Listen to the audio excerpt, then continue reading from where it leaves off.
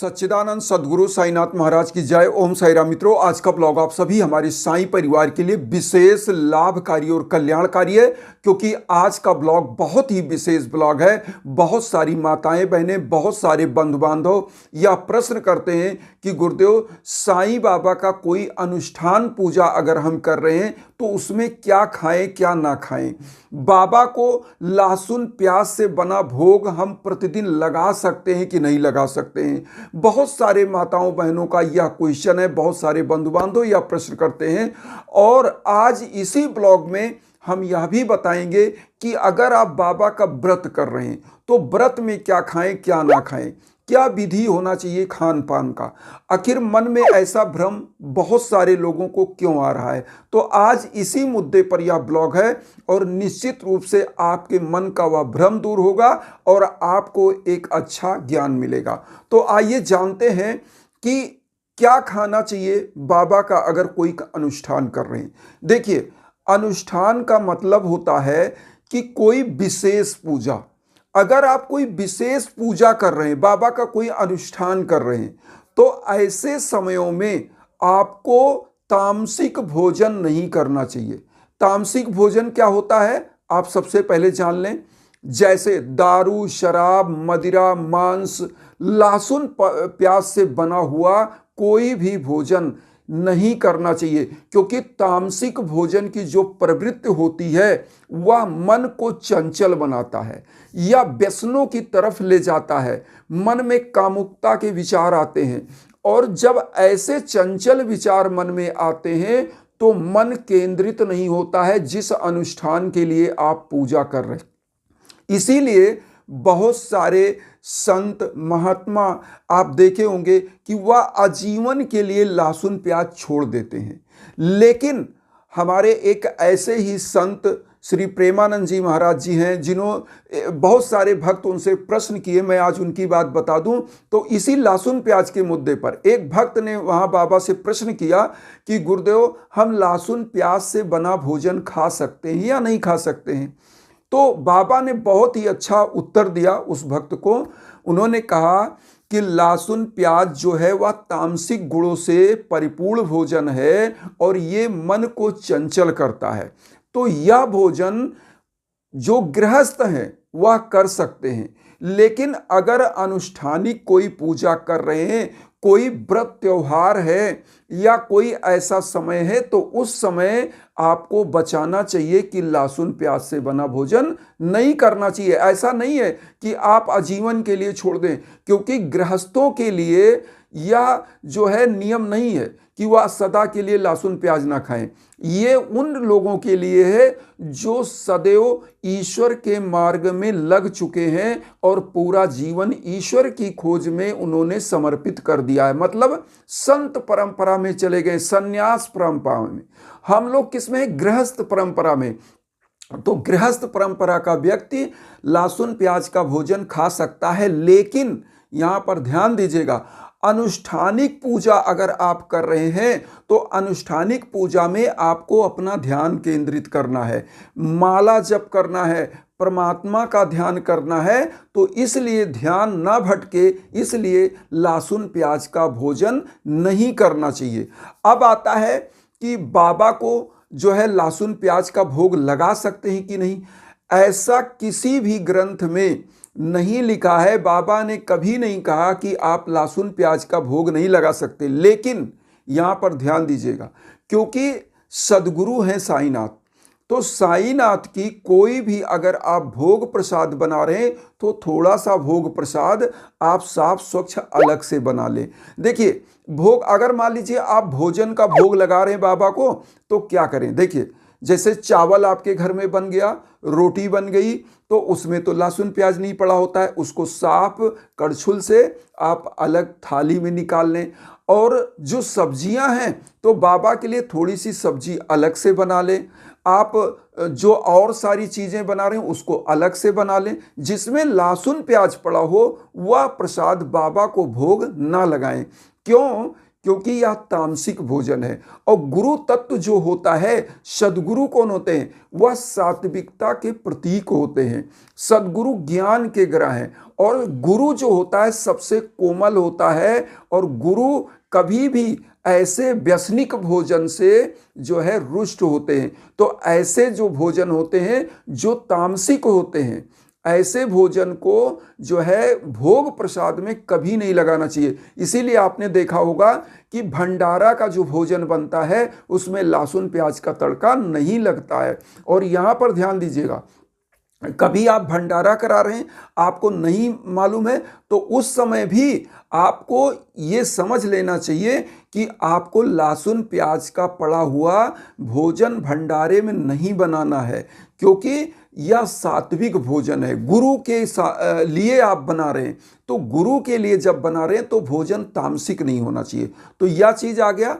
अब आते हैं कि व्रत में, जैसे बाबा का व्रत कर रहे हैं, तो व्रत में क्या करें? देखिए, हमारे प्रकृति में इतने सात्विक भोजन है कि अगर हम लोग खाएं ना तो वही बहुत ज़्यादा है।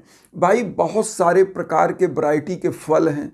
आप केला, सेब, संतरा, अनन्नास, चीकू, पपीता, बहुत सारे अंगूर, लीची, बहुत सारे अलग अलग सीजन में आम, बहुत सारे ऐसे फल अलग अलग सीजन में हैं।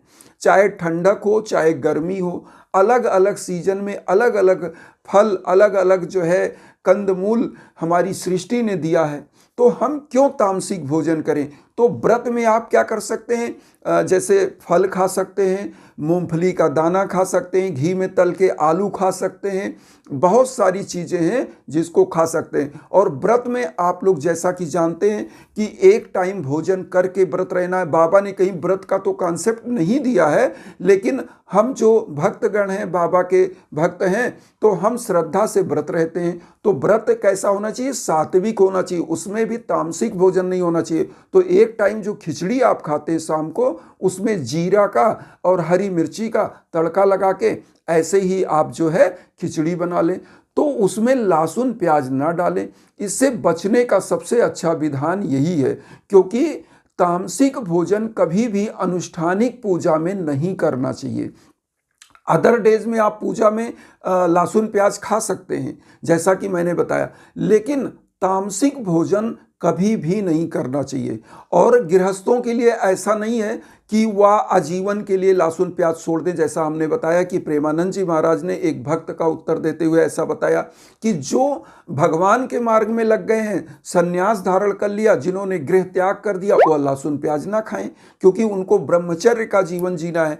गृहस्थ जो है, जिनको गृहस्थ में रहना है, वह लहसुन प्याज खा सकते हैं, लेकिन अनुष्ठानिक पूजा के समय, किसी पर्व त्योहार में, ऐसे समयों में लहसुन प्याज वर्जित होता है, क्योंकि यह तामसिक भोजन होता है। और तामसिक भोजन, एक चीज जानिए, जब भी अनुष्ठानिक पूजा होती है क्यों नहीं किया जाता? इसीलिए कि मन केंद्रित करना है परमात्मा के श्री चरणों में, तो मन में चंचलता ना आए, मन स्थिर रहे।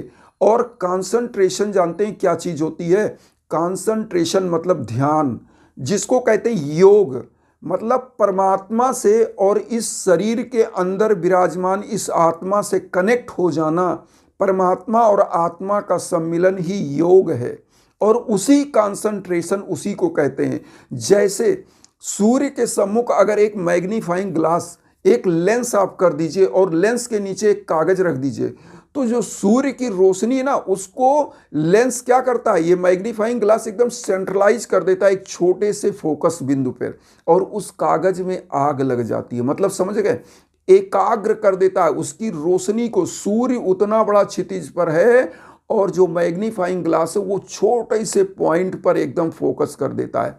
तो होता क्या है? उस तेज से आग लग जाती है। और ऐसे ही अगर हम अपने दिमाग को कंसंट्रेट करके एक सूक्ष्मतम बिंदु पर पहुंच जाते हैं, सूक्ष्मतम से सूक्ष्मतम बिंदु तक, जो एकदम सूक्ष्म पॉइंट होता है, मतलब एकदम माइन्यूट पॉइंट पे आप एकदम पहुंच जाते हैं, उसी समय ईश्वर मिल जाता है।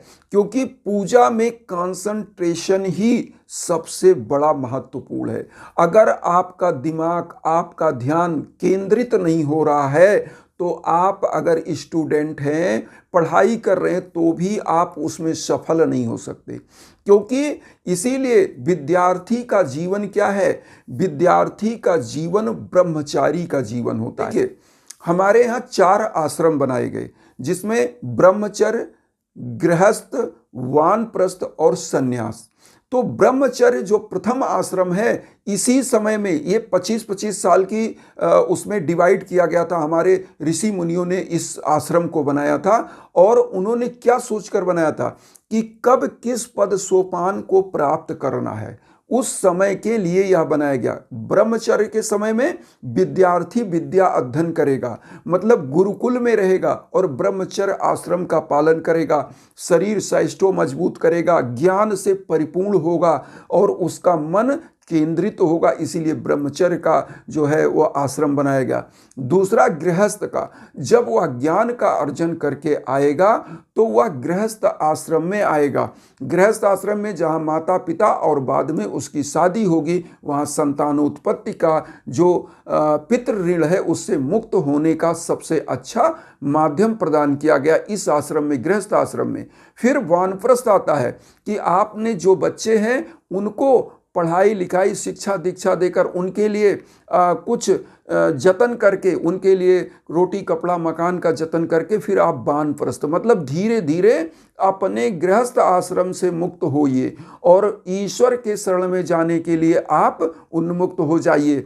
उसके बाद लास्ट का जो आश्रम आता है सन्यास, मतलब इन सभी ब्रह्मचर्य, गृहस्थ, वानप्रस्थ और उसके बाद सन्यास, मतलब सभी चीज़ों, इन तीनों आश्रमों को परिपूर्ण करने के बाद सन्यास, मतलब सभी चीज़ों से मुक्त हो जाइए परमात्मा को प्राप्त करने के लिए और उस मोक्ष की गति को प्राप्त करने के लिए। तो हमारे ऋषि मुनियों ने जो यह बनाया है, ब्रह्मचर्य में तामसिक भोजन नहीं होता था, जमीन में सोना होता था और लोग तामसिक भोजन नहीं करते थे, हमेशा दुग्ध, पान, घी और चीज़ें, फल फ्रूट, ऐसी चीज़ें दी जाती थी।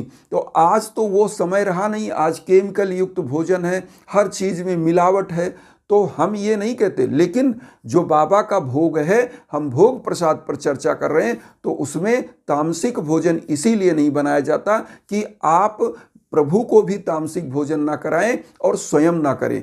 और यहाँ पर एक चीज़ और जान लें, कोई भी अनुष्ठानिक पूजा आप कर रहे हैं तो दारू, शराब, मदिरा, व्यसन की चीज़ों को अगर आपके घर में वह आ रही हैं तो पूजा परिपूर्ण नहीं होती। ऐसे घरों में राक्षसी प्रवृत्ति व्याप्त हो जाते हैं, ऐसे घरों में नकारात्मक ऊर्जाएं निवास करने लगती हैं, ऐसे घरों में क्या होता है कि धन लक्ष्मी का नाश होने लगता है। ऐसा घर मतलब गर्त में चला जाता है, विलीन हो जाता है, जैसे कटी पतंग होती है, कहाँ वह गिर गई कोई पता नहीं होता है। इसलिए तामसिक भोजन, जो खासकर ये व्यसन वाली चीज़ें, इनको तो कभी नहीं खाना चाहिए।